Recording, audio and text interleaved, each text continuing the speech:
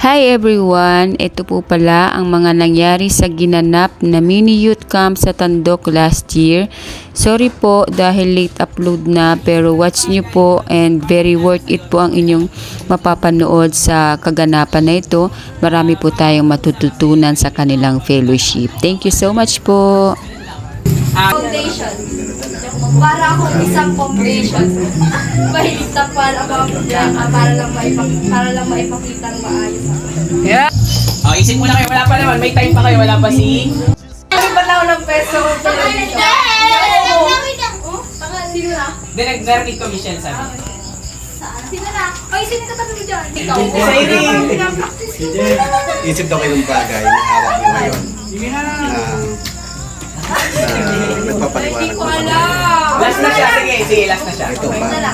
Next. Boys naman po. Boys. Boys! Boys, guys. Hello po! May bisita tayo! Hi!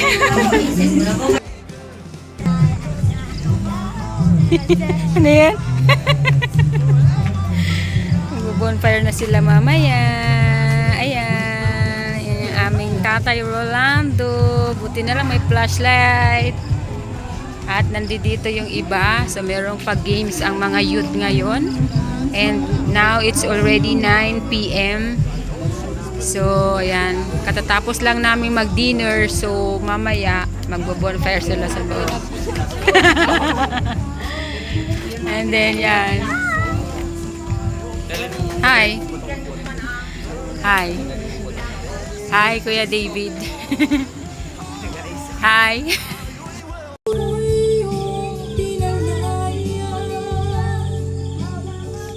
Jesus, ako'y aawit nang walang hanggan. Mas maganda na unahin natin ang panalangin.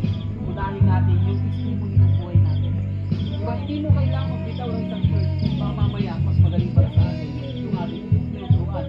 Kaya, ang sasabihin natin ako yung binago ng Diyos. No? Mahal ka ng Diyos. Kagaya ng pagmamahal na nararanasan mo.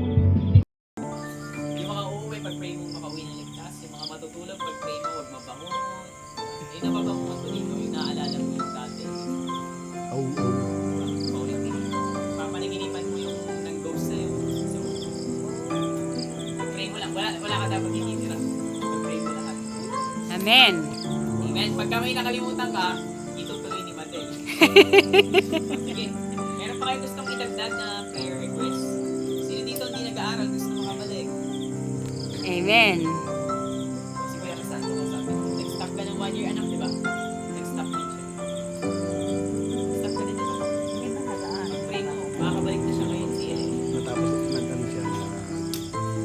Tapos narinig ko iyak ni Kuya David. Ito na yung ginawa ni Lord sa buhay niya. Mag-testimony ka bukas. Oo, ganda. Bukas. Yung mga may testimony yung mga umiyak. Kwento nyo, bakit kayo umiyak? Kasi po. Abang ako yan. Ako din, naiyak ako eh. Nararamdaman ko kasi yung nararamdaman. You know, I feel you eh. Okay. Bawal mabaho bukas ha. Grabe naman, wala akong dalang damit. Ako din.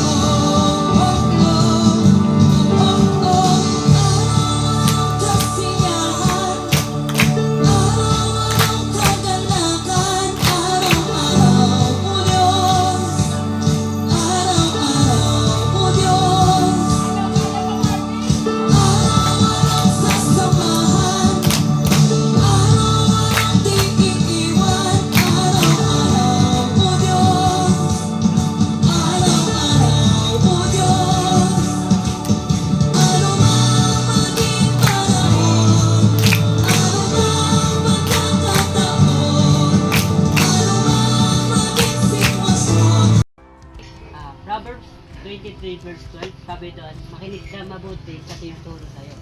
Aralin mo ang mga pwede mong matutunan.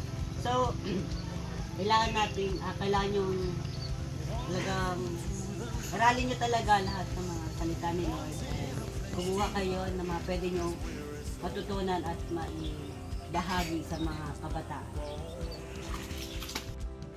Okay, class? Anong sinusulat sa Isaiah 41 verse 10? 1, 2, 3, go. Pakibasa. Ako'y sa iyo, huwag kang matakot.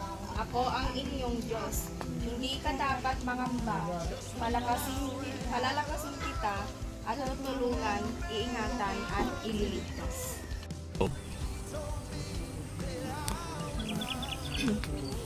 Si Jesus nariyan at di ka niya iiwan. Magtiwala tayo sa kanyang kakayahan. Siya ay ating Savior ng ating mga buhay. Palaging tatandaan, siya ay palaging nariyan. Magtiwala sa kanya.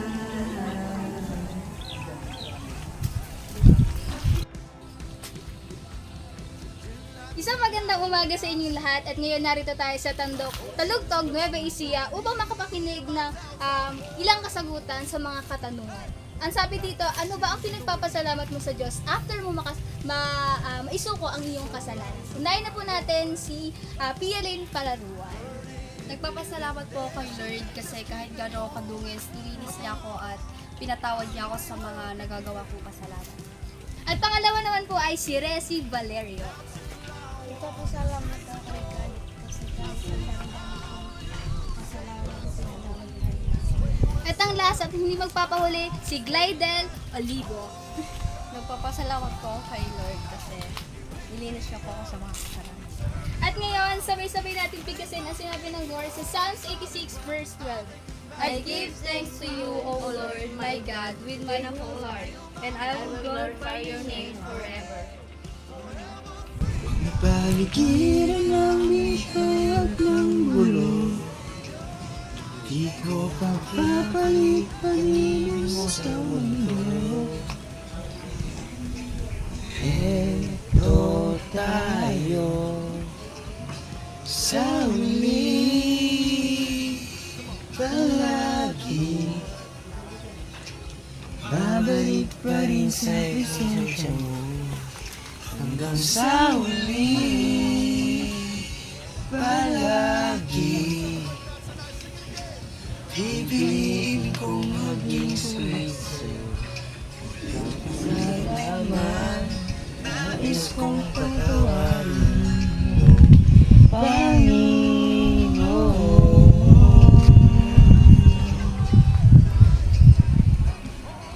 Sa pagdating ng aking Diyag na may akitin, ikaw pa rin ang hiding-hiding. Natatangi kong dalangin kung sa huling minuto. Sa huling palagi, babalik pa rin sa presensya mo. Sa huling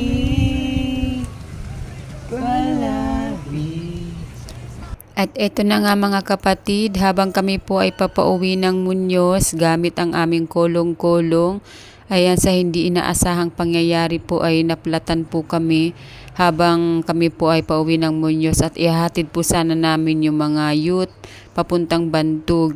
Pero salamat po sa Panginoon kasi talaga pong nagpray po kami dyan na matulungan po kami at ma-rescue po kami kasi ang dami po naming sakay. So, tumigil po muna kami dyan sandali dyan sa may tulay at ayan po, nagkaroon po kami ng konting fellowship at na-enjoy po namin yung nature.